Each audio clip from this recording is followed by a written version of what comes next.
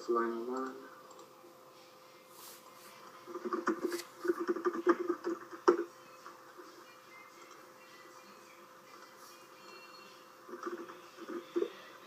City. So label is nothing but another Windows control.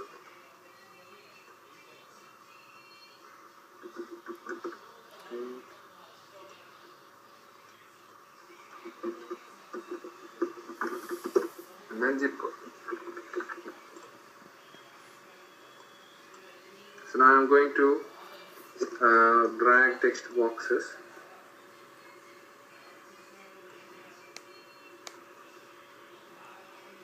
So they can enter some data. So I put a decent size for the text box.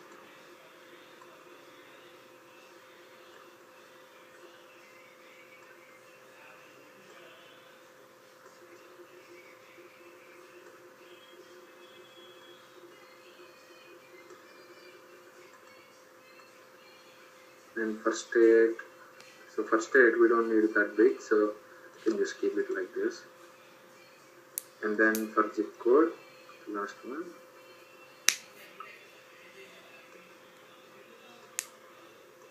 Okay. Now I'm going to keep submit button. So once they complete the application, they click on the submit button.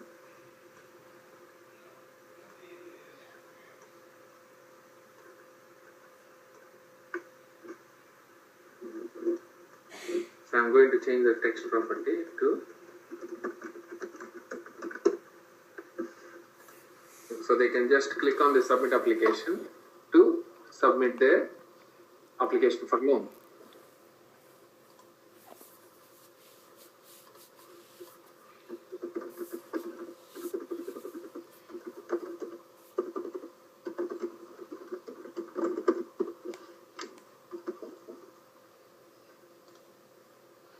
Okay, so I just created a front end here.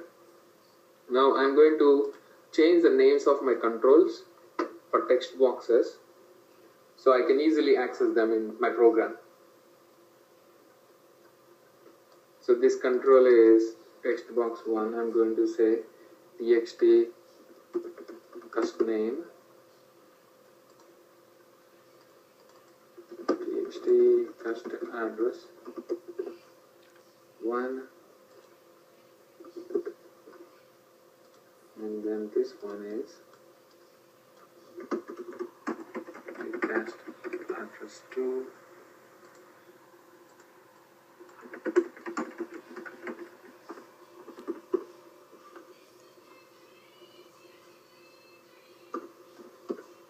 customer city,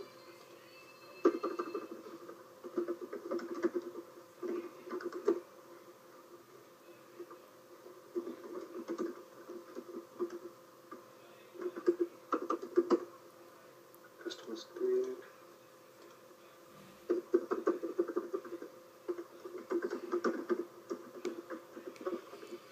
okay. So I entered names for each of my controls. So now just double click the submit application. It automatically opened up an event for me, inside which I am going to call the database and store information in it. So now, how can .NET connect to SQL Server? So to connect to SQL Server, there is a namespace called SQL client. So SQL Server is there. So now we are using a client to connect to SQL Server. So there is a namespace that is available inside .NET to connect to SQL Server. So that is called system.data.sql client. So simply we are going to use SQL client to connect to SQL Server and store any information inside the SQL Server. So in order to access any methods and classes, objects inside the namespace, I am just importing that into my program using system.data.sql client. So once I used it, what I'll do is I will declare a connection object. So that will establish the connection first. Okay.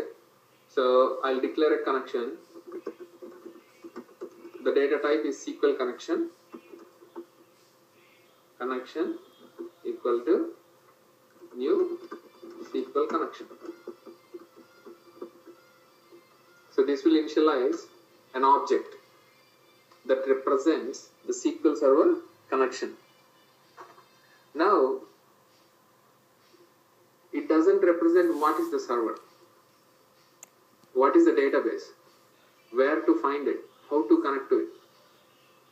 So all this information need to be specified with the connection object. So to know what is the connection, so to know what are all these details, we need to create a connection string.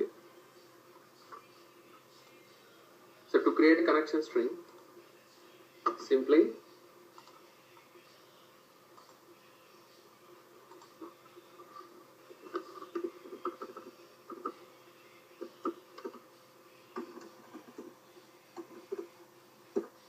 just rename your file to .udl. Whatever is the file name, it doesn't matter, but just make sure it is UDL. Now, make sure you selected a provider for OLEDB, provider for SQL Server, and inside the connection, if you look here, it shows what it is asking what is the server name. So server name is simply this one, Biztalk /SQL Server, SQL Express. That is my server name. That is where all my information is stored. Okay, now how do you want to connect to the SQL Server? Using Windows login or using a specific username and password? I just want to use Windows login. Windows login is nothing but whatever is the login I am using to log into SQL Server. So when I created SQL Server, I made sure that I have access to SQL Server from this Windows login. And I already added your account also, so you will not have any problem. So you can just use Windows NT Integrated Security to connect to SQL Server. And then select the database.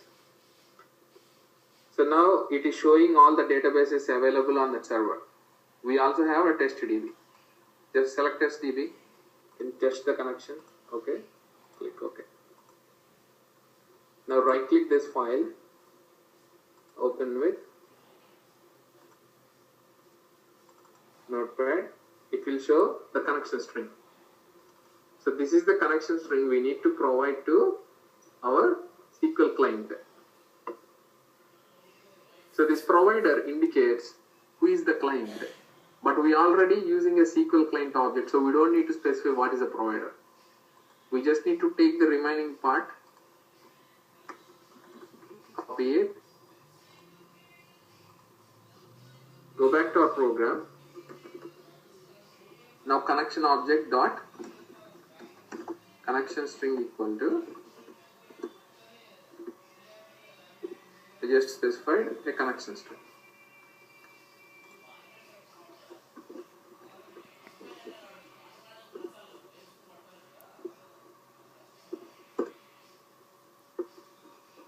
Okay. Now I need to open the connection. So I just specified where to find the connection, where to find the server and all. Now I need to open the connection. Now the connection is open. So once the connection is open, I can send a command, a select command or an insert command or update command or a delete command. I can send in a command into the database. So once the command is sent through this connection, the command gets executed and it gets the results. So if you send a select command, it will return data. If you send an update command, it will modify the data. If you send a delete command, it will delete the data. So that is our first way, by which you are directly accessing the table and modifying the data there. But we don't want to do that. We want to access a stored procedure.